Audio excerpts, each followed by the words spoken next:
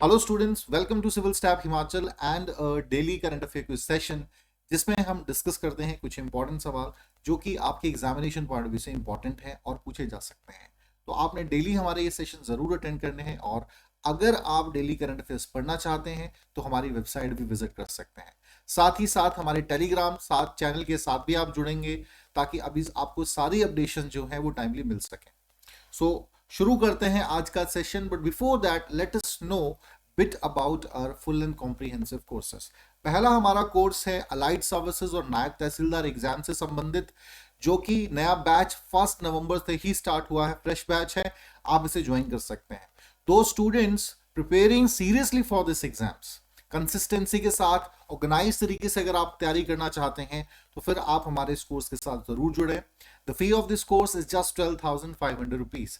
Second हमारा HPS full length course है, जो आपकी तैयारी प्रीलिम से लेकर इंटरव्यू तक की करने में सहायता करेगा। It includes 200 plus GS lectures, 75 lectures CSET के इसमें इंक्लूड हैं। 3000 से भी अधिक पेजेस के नोट्स आपको प्रोवाइड कराए जा रहे हैं। टेस्ट सीरीज, प्रीलिम्स और मेंस दोनों ही इस कोर्स का एक हिस्सा है। साथ ही साथ करंट अफेयर मैगजीन्स आपको प्रोवाइड कराई जाएंगी, और जो भी डाउट्स आपके थ्रू आउट प्रिपरेशन रहेंगे उनसे संबंधित जो है वीकली लाइव डाउट क्लासेस भी रहेंगे। And the fee of this course is just 22,500 rupees.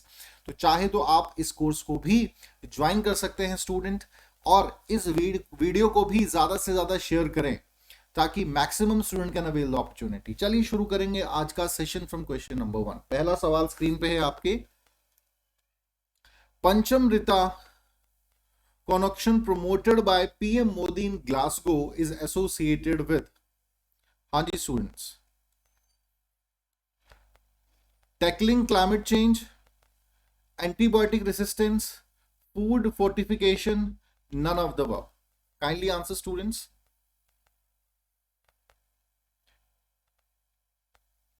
पंचम ऋता connection promoted by Prime Minister Modi in Glasgow. Glasgow में अभी कॉन्फ्रेंस ऑफ पार्टीज का 26वां सम्मेलन हुआ है, ग्लासगो यूके, ठीक है। तो उससे संबंधित सवाल है, तो जिन जिन का आंसर है ऑप्शन ए, tackling climate change. Climate change को से कैसे निपटा जा सकता है, इस पर नरेंद्र मोदी जी ने भारत का प्रतिनिधित्व करते हुए ये सॉल्यूशन दिया, ये सजेस्ट किया, जिसमें उन्होंने 5 प्रिंसिपल्स बताए हैं ताकि टेम्परेचर जो है 1.5 सेंटीग्रेड से अधिक ना बढ़ सके। क्या ये आपके मॉडल हैं, क्या ये बेसिकली सजेशंस हैं? उससे पहले जानते हैं ये पंचम ऋता जो शब्द है कि इसका अर्थ क्या है, इसका मतलब क्या है।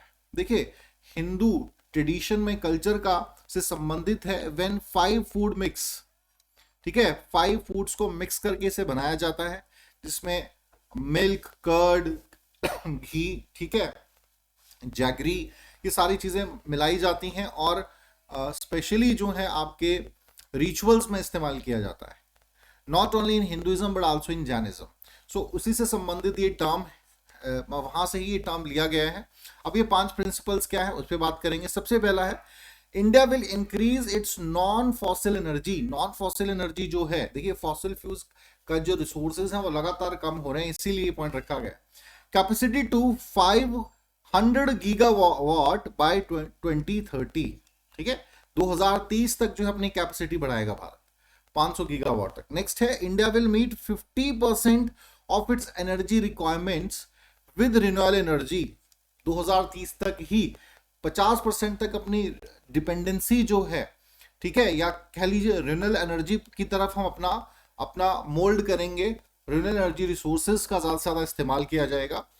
नेक्स्ट है, India will reduce carbon emission by 1 billion ton, ठीक है। देखिए सबसे बड़ी समस्या क्या है, कार्बन एमिशन ही तो है टेम्परेचर बढ़ने में, क्लाइमेट चेंज में।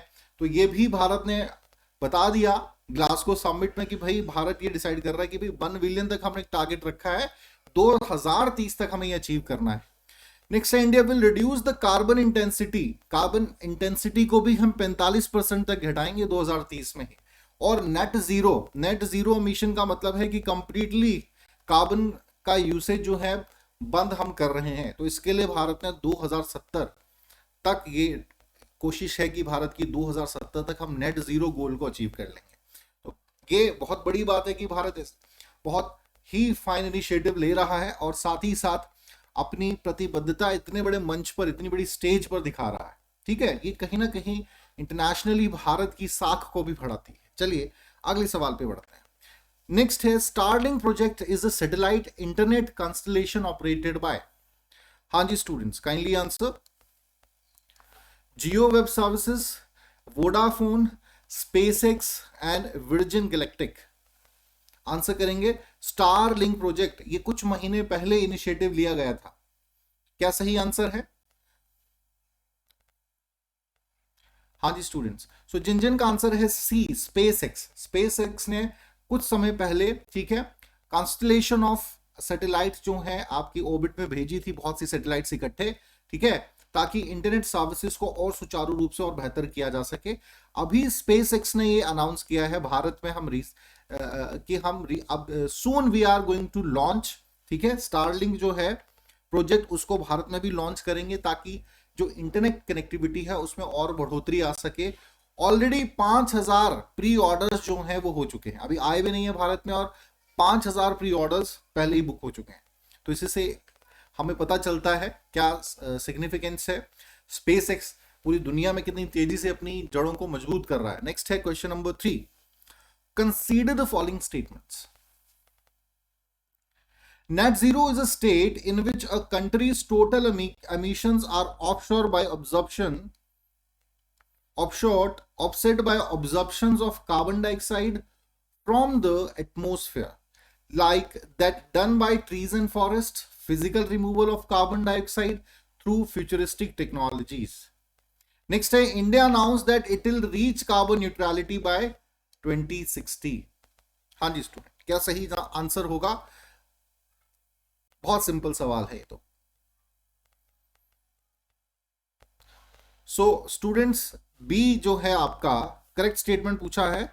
सो ऑप्शन ए जो है आपका बिल्कुल सही होना चाहिए, बी नहीं, क्योंकि पहला स्टेटमेंट बिल्कुल सही है आपका, लेकिन सेकंड स्टेटमेंट गलत है, क्योंकि अभी हमने पढ़ा था 2070 डिसाइड किया गया है।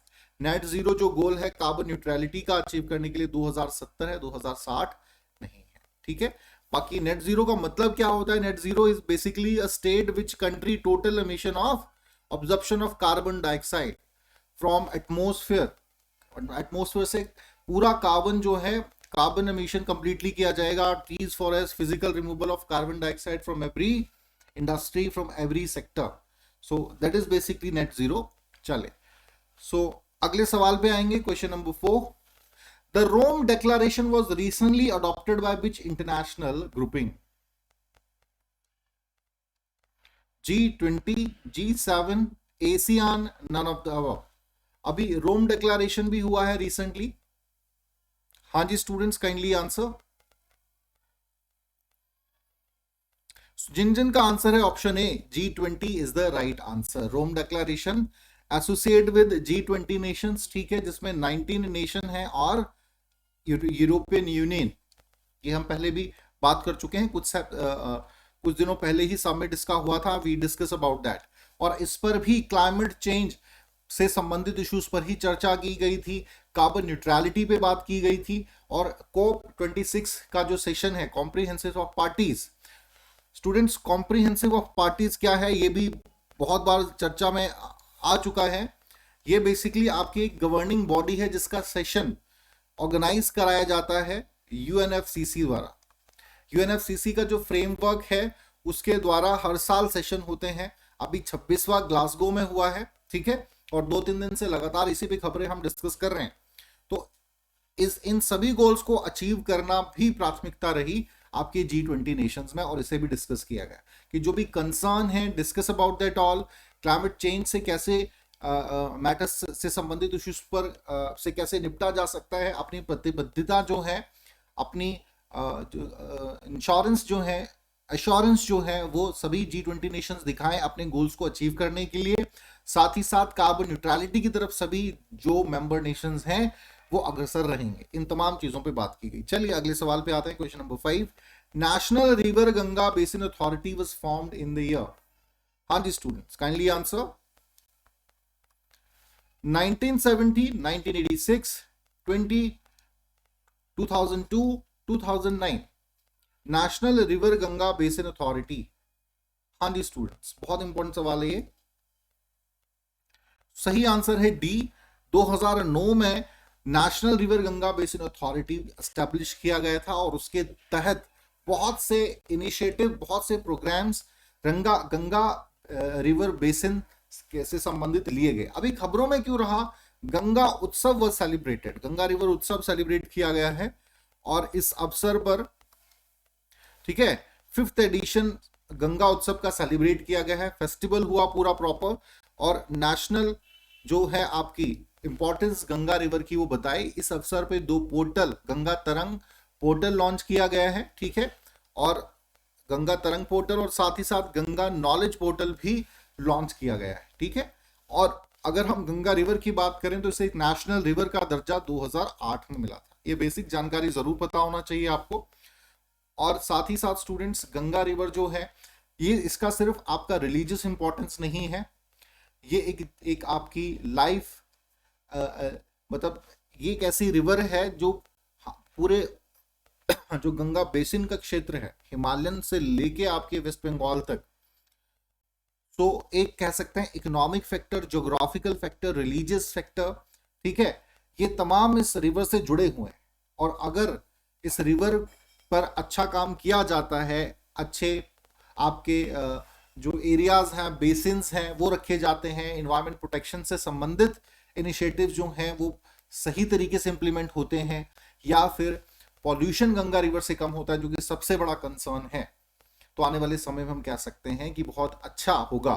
और नॉट ओनली फॉर गंगा, जितनी भी रिवर्स हैं उनकी क्लिनजिंग होनी चाहिए, उनको एक रिस्पेक्टेबल दर्जा जरूर मिलना चाहिए। चलिए अगले सवाल की तरफ बढ़ते हैं। Question number 6, recently which village of Kullu district has been included by the central government in the 10 villages of the country which have been selected as handloom villages? Kindly answer students. Saran, Kharal, Bagh, सिहुआ।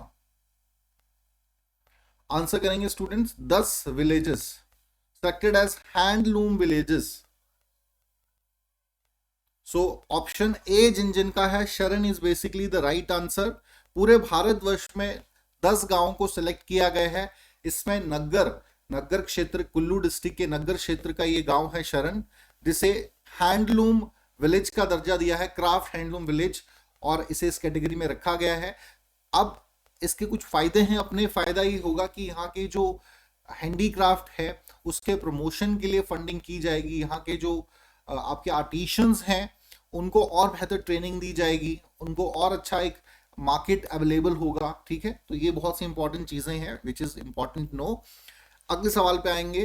Recently HP state handicrafts and handloom corporation has tied up with e-commerce company for the sale of products. हाँ जी students, kindly answer. क्या answer होगा question number 7? Snapdeal, Flipkart, Amazon, Google. Answer करें student. अभी एक MOU sign किया है HP government ने किस ई कॉमर्स कंपनी के साथ? So B is the right answer. Flipkart के साथ एक एमओयू साइन किया है जिसके तहत एक एक्सेस प्रोवाइड कराया जाएगा फ्लिपकार्ट के माध्यम से, ठीक है। एक मार्केट प्रोवाइड कराया जाएगी, जो भी आर्टिशियंस हैं, वीवर्स हैं, ठीक है, जो भी हैंडीक्राफ्ट इंडस्ट्री से ग्रास रूट लेवल पे जुड़े हुए हैं, उनको एक प्रॉपर ट्रेनिंग मुहैया कराई जाएगी और एक मार्केट एक्सेस उनको प्रोवाइड कराया जाएगा। बहुत ही फाइन इनिशिएटिव लिया गया है। चलिए स्टूडेंट, आज के लिए इतना ही। These are the question which we have discuss. I hope कुछ नई चीजें आपको जानकारियां मिली हो और इसी प्रकार से कंसिस्टेंसी के साथ हमारे सेशंस के साथ आप डेली बने रहेंगे। तो आज के लिए इतना ही। Thank you very much and happy Diwali to all of you in advance.